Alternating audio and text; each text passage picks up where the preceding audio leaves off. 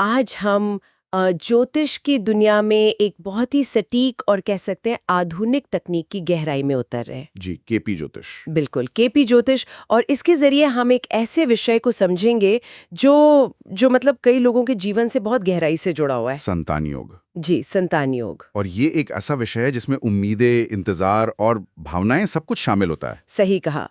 और केपी ज्योतिष या कृष्णमूर्ति पद्धति हमें परंपरागत ज्योतिष से एक कदम आगे ले जाती है। हाँ, ये बहुत सूक्ष्म विश्लेषण करने का मौका देती है। और इसी विश्लेषण के लिए हमारे पास एक बेहतरीन स्रोत सामग्री भी है। जी।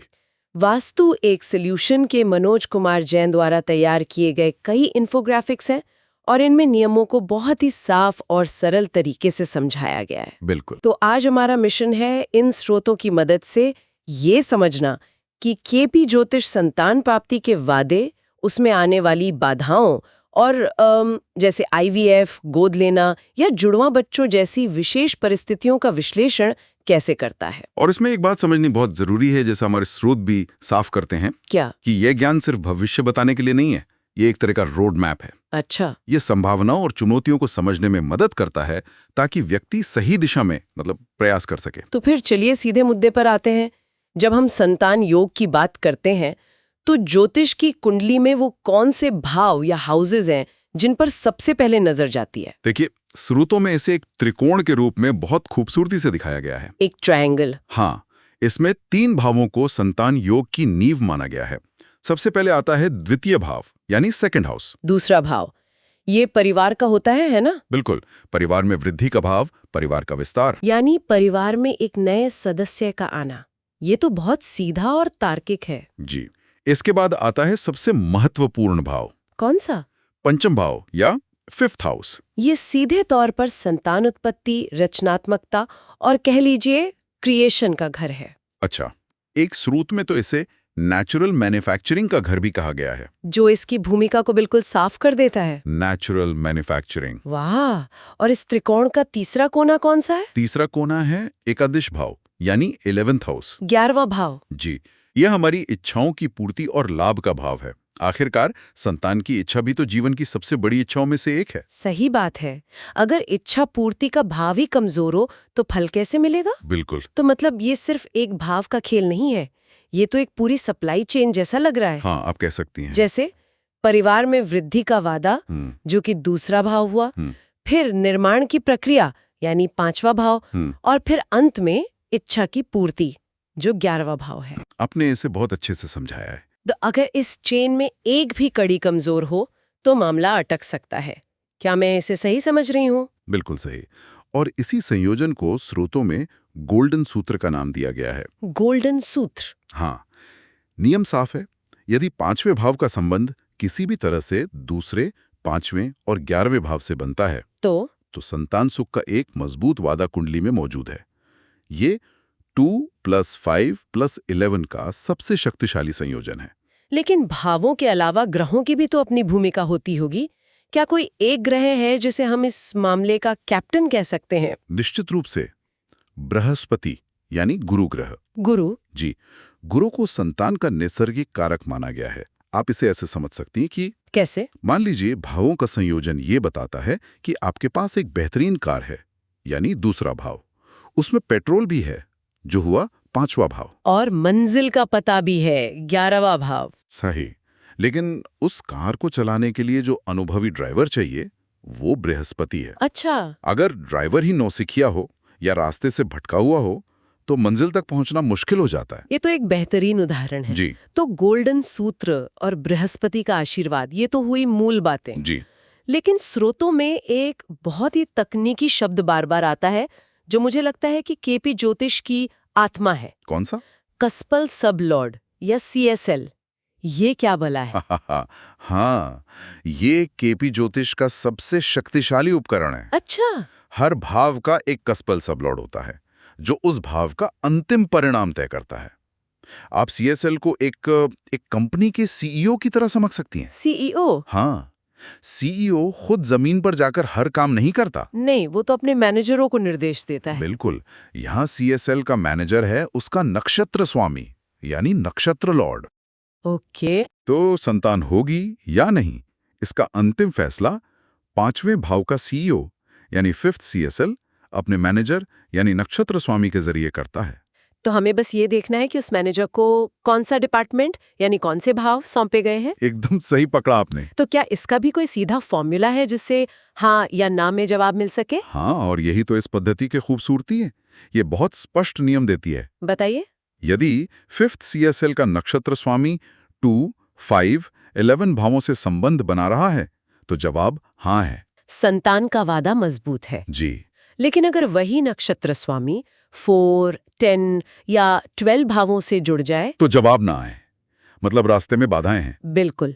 ये तो हुई आदर्श स्थिति की बात, लेकिन असल जिंदगी में तो कई लोगों को सालों तक इंतजार करना पड़ता है। सही है। ज्योतिष में वो कौन से संकेत हैं जो इन बाधाओं की तरफ इशारा करते हैं? आपने अभी 4, 10 और 12 भावों का जिक्र किया। इन्हें नकारात्मक क्यों माना जाता है? देखिए, इनके नकारात्मक होने के पीछे भी एक ज्योतिषीय तर्क है, कोई मनमानी बात नहीं है। क्या तर्क है? ज्योतिष का एक सिद्धांत है कि कोई भी भाव अपने से 12वें भाव के परिणामों को नकारता है, यानी निगेट करता है। अच्छा। अब देखिए, चतुर्थ भाव यानी 4th हाउस पंचम भाव से ठीक 12वां है। हाँ, 5 से 1 घर पहले। जी, तो अगर पंचम भाव है संतान उत्पत्ति, तो चतुर्थ भाव हो गया संतान उत्पत्ति का अभाव, यानी एक्शन का सीधा निगेशन। ये तो समझ में आया। और दशम भाव का क्या तर्क है? उसी तर्क से दशम भाव 10th हाउस एकादश भाव से 12वां है। अच्छा, 11वें से 12वां। हाँ, तो अगर एकादश भाव है इच्छा पूर्ति, तो दशम भाव बन गया इच्छा पूर्ति में बाधा। और 12वां भाव?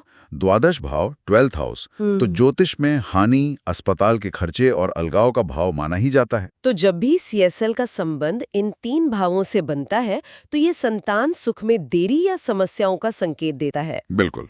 स्रोतों में एक और पहलू का जिक्र है जो स्थिति को और भी जटिल बना सकता है। जी। बांझ राशियां या बैरन साइंस। ये क्या है? ज्योतिष में राशियों को उनकी प्रकृति के आधार पर 3 श्रेणियों में बांटा गया है।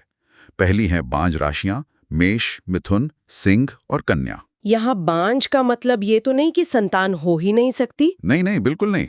इसका मतलब है कि यहाँ फसल उगाने के लिए मेहनत ज्यादा लगती है। अच्छा, और इसके विपरीत सबसे अच्छी कौन सी हैं? सबसे अच्छी हैं उपजाऊ राशियां, जिन्हें फ्रूटफुल साइंस कहते हैं, कर्क, वृश्चिक और मीन। ये जल तत्व की राशियां हैं। जी, और इन्हें गर्भधारण के लिए सर्वोत्तम माना गया है।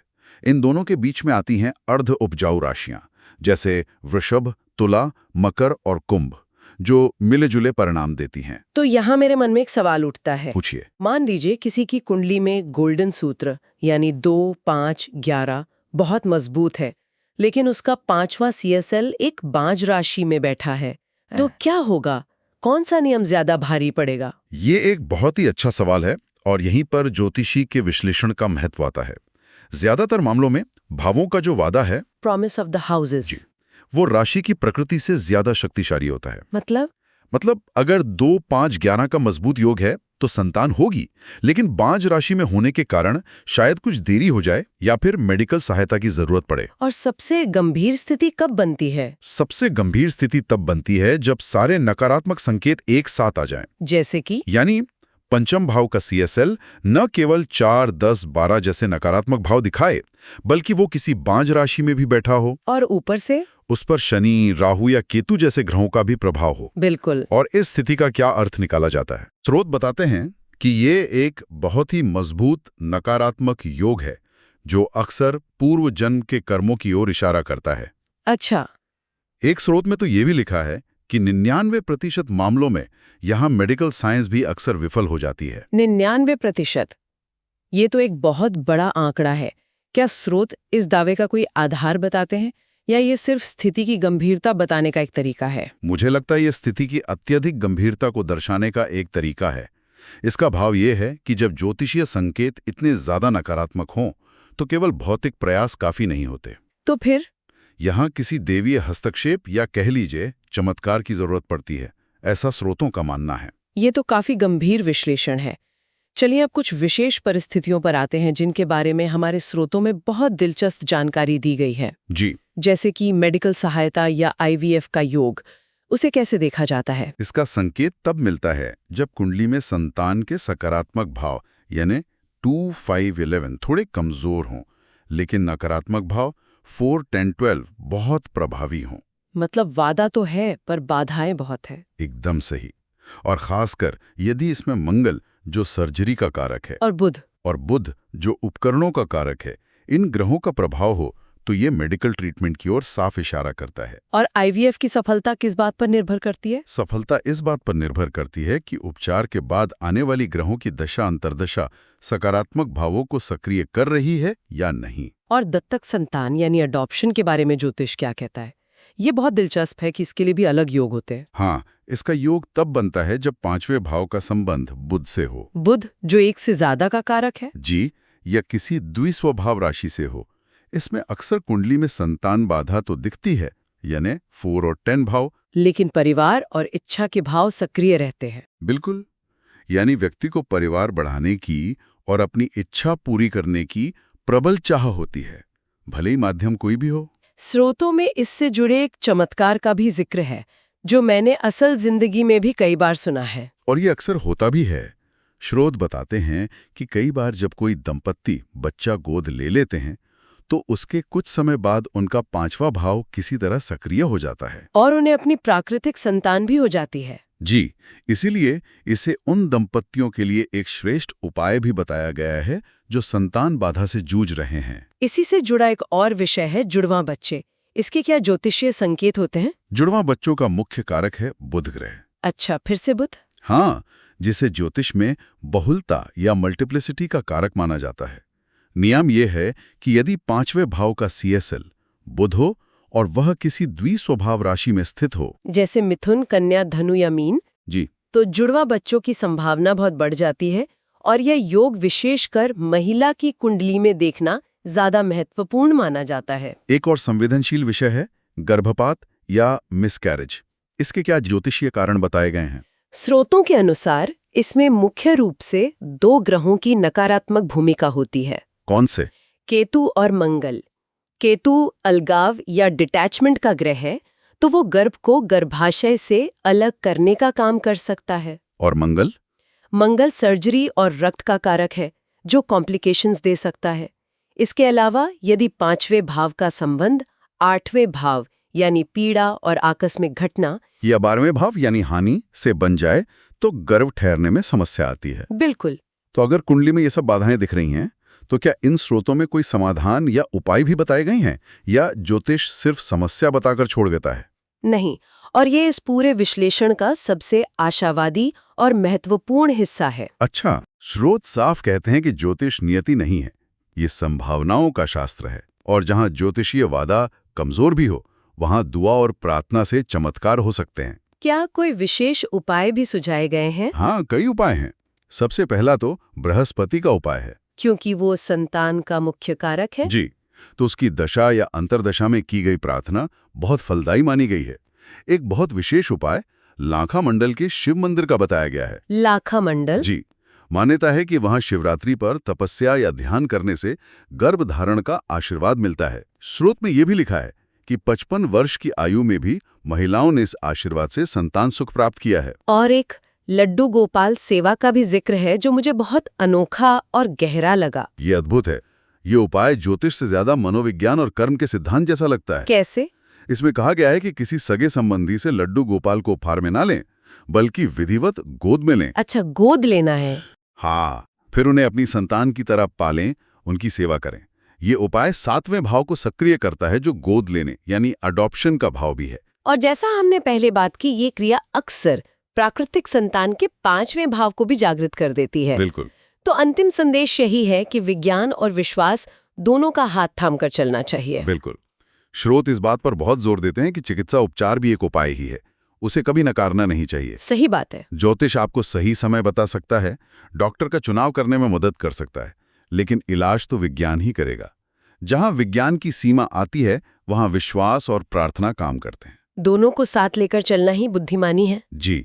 आज हमने केपी ज्योतिष के नजरिए से संतान योग के इस जटिल विषय की परतों को खोलने की कोशिश की। हाँ, एक बहुत ही गहरी चर्चा रही। हमने देखा कि कैसे भावों का एक गोल्डन सूत्र, ग्रहों का आशीर्वाद, राशियों की प्रकृति और CSL जैसा एक सूक्ष्म नियंत्रक, ये सब मिलकर एक पूरी तस्वीर बनाते हैं। हाँ, वादे की, बाधाओं की और समाधान की भी। ये दिखाता है कि ज्योतिष केवल ये बताने का विज्ञान नहीं है कि क्या होगा, बल्कि ये समझने में भी मदद करता है कि क्यों हो रहा है और क्या किया जा सकता है। ये कर्म और प्रयास के लिए एक नक्शे की तरह काम कर सकता है। और इसी से जुड़ा एक अंतिम विचार मेरे मन में कौंध रहा है। बताइए। हमारी पूरी बातचीत में एक बात बार बार उभर कर आई, गोद लेने की क्रिया। हाँ, चाहे वो एक जीवित बच्चे की हो या लड्डू गोपाल के रूप में एक प्रतीक की। हाँ, ये बहुत महत्वपूर्ण बिंदु है। ये क्रिया अक्सर प्राकृतिक संतान के योग को सक्रिय कर देती है। यह कर्म, विश्वास और नियति के बीच एक बहुत गहरा सवाल खड़ा करता है। क्या किसी का पालन पोषण करने का कार्य, चाहे वो कोई भी हो, व्यक्ति की मानसिक, हार्मोनल या कार्मिक स्थिति को इस हद तक बदल देता है कि उसका